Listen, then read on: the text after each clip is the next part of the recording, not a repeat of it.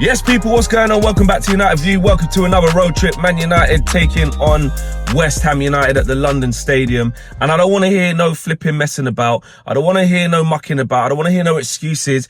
It's time for 3 points. It's as simple as that. This is a struggling West Ham team who can't defend. They're missing their best player in Kudus. All right, Paquetá's there, whatever. They have got other threats, but they're missing one of their best players. And their manager is under pressure. We're supposed to rock up there in East London today and basically, essentially, pile on the pressure on Lopetegui. That's what's meant to happen. None of this, we're building, it'll be a good point away at West Ham because we don't normally win there, or we haven't actually won there in the last 2 games or against them, or we haven't scored there in the last 2 trips to East London. I don't want to hear none of that shit. We have to go and win. It's as simple as that. I'm fed up of all of this, like waiting for this minute thing or, but look on the bright side of this and look on the bright side of that. Oh, you're being too negative. I'm fed up of that crap. I don't care. I don't care about that no more. It's just about winning football matches now. It's about winning football matches. Enough of this. But the manager, you know, he's stopping the players from doing this or he's stopping it. No. I don't care now. Like, just go and win the match. Go and win the match. Yeah. It is going to be, obviously, of course, it's a tough game. All the games in the Premier League are tough, but Man United should be trying to win, should be winning this game. Not trying. Man United should be winning this game. These men can't defend. We've seen it.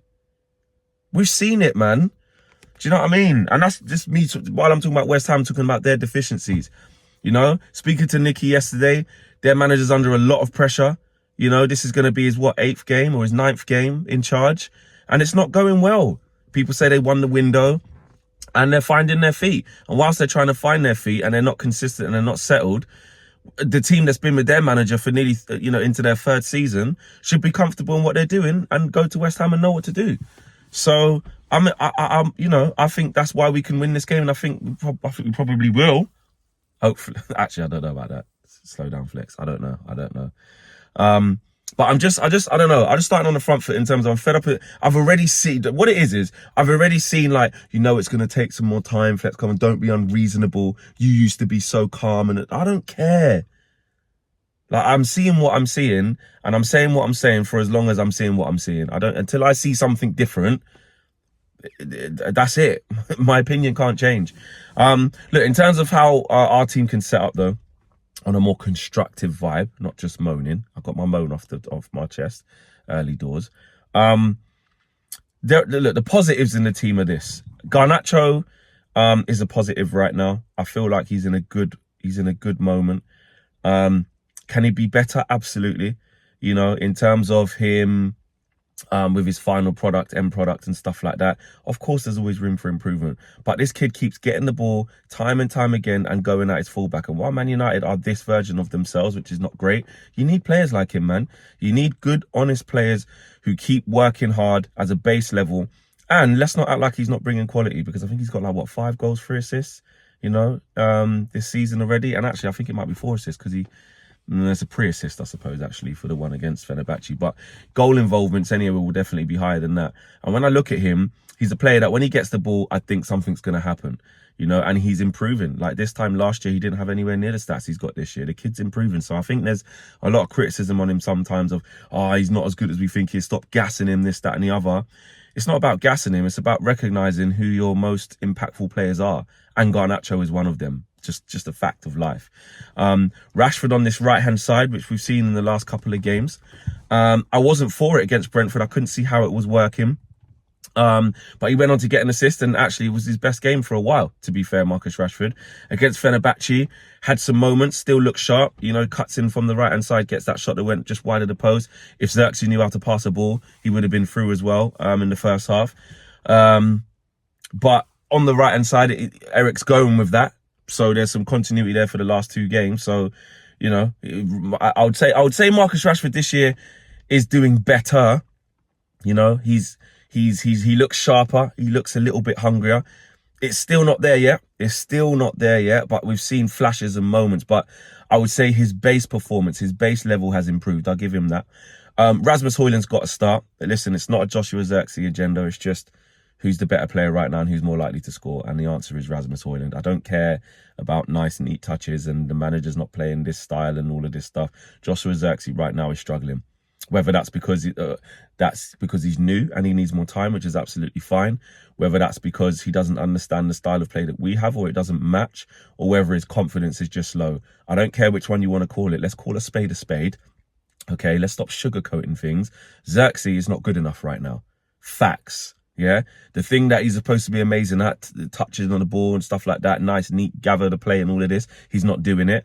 He's massive and doesn't hold off defenders. He doesn't make runs in behind because that's not his style. He's a 9.5. He's a this, he's a that. All of that's cute. But right now, I want someone who's going to make runs in behind. He's going to be physical, hold up the ball, and he's got the most chance of scoring as a striker. And right now, that's Rasmus Højlund. End of. Joshua Xerxes is a fantastic option to have coming off the bench. He's a good option to have in contrast to Rasmus Højlund, and we have to be patient. But right now, Rasmus Højlund all day. And anyone arguing differently that it should be Xerxes because he's got a neat touch and all of that stuff, from what we've seen off of the first early games, just calling a spade, Rasmus is more effective than him. End of story right now. The same way how Garnacho is the most effective on the wing right now. He has to play. It's as simple as that. Christian Eriksen, he has to play. It's as simple as that. Not just because of the numbers and stuff, but right now, he's our most informed midfielder and he's having a fantastic season, actually, Christian Eriksen. So I want to big him up. I haven't got time now for all of the sugar coating. Oh, but it's this, is that. No, Xerxes crap right now. Rasmus Højlund is better than him right now. Fact. End of. He deserves to play. And as Xerxes can grow into the team, then we can integrate him and stuff like that. But right now, it ain't great. Yeah. And also, yes, what's the bigger plan? Why did we buy him if he didn't fit the style? 100%. But when he's been on the pitch, he hasn't been good enough. It's that simple. I think Ugarte deserves to start again. He was actually quite good against Fenerbahce. It was the problem that Fenerbahce game was the right game for him to play in. You know, the atmosphere is crazy. You've got, mobile midfielder in there, like in Fred, who can get about the place.